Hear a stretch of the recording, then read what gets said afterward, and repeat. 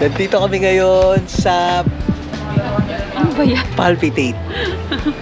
Magkakape kami ngayon. Kahit hindi ako nagkakape. Hindi naman kape. Pero ang ganda dito.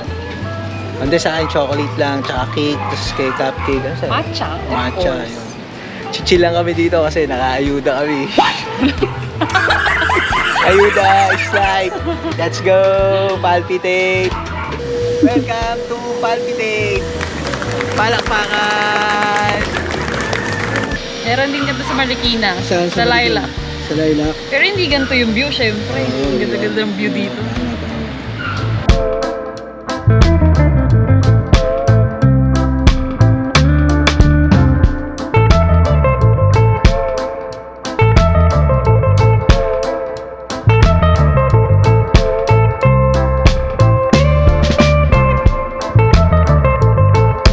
Itong Palpitate pala, restaurant pala to, hindi lang puro kape.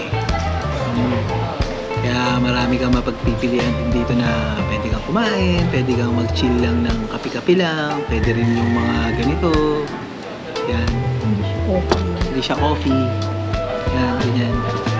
Tapos cake. Yan. Ano sasabi mo dito sa Palpitate? Ang ganda ng view. Ganda, no? Super relaxing. Yan, nahulog. Sorry. Sarap. Biro mangyari to, konti lang tao dito. Pero laging maraming tao dito. Na-tsempohan lang namin na konti lang ang tao dito. Pag-alam nyo lang kumain para matagal tayo dito. Gusto mo kumain eh. Pwede pa tumambay dito? Siyempre, may binili ka naman. Eh, pagkaubos na, pwede pa rin. Dito sa Palpitate, makakain kayo dito ng beef caldereta, beef kare-kare, butter chicken, tanigi na kinilaw, sinigang na salmon. Pwede ka mag-staycation dyan sa baba. Makita mo? Ano yun, kay Palpitate din? Yata.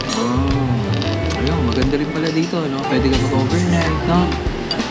Pagkakape ka lang, mag-overnight ka. Iba! Iba na tanong, pagka gano'n, di ba? Ang lakas ng hangin. Ang ganda dito. Oo. Punta kayo dito, testing nyo dito sa Palpitate. Solid. Solid. Mag-order pa ng cake ko. Ano? Oo, ha? Cake ka. Bago cake. Sa Palpitate, makikita nyo po siya sa Ipid-Ipid Street, Cuyambay, Tanay, Rizal. Testingin nyo rin. Ha? Tayo dito ha.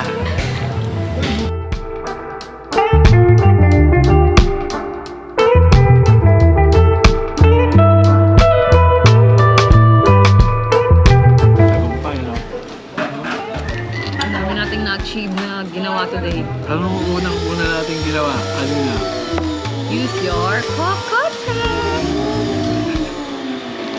Yan.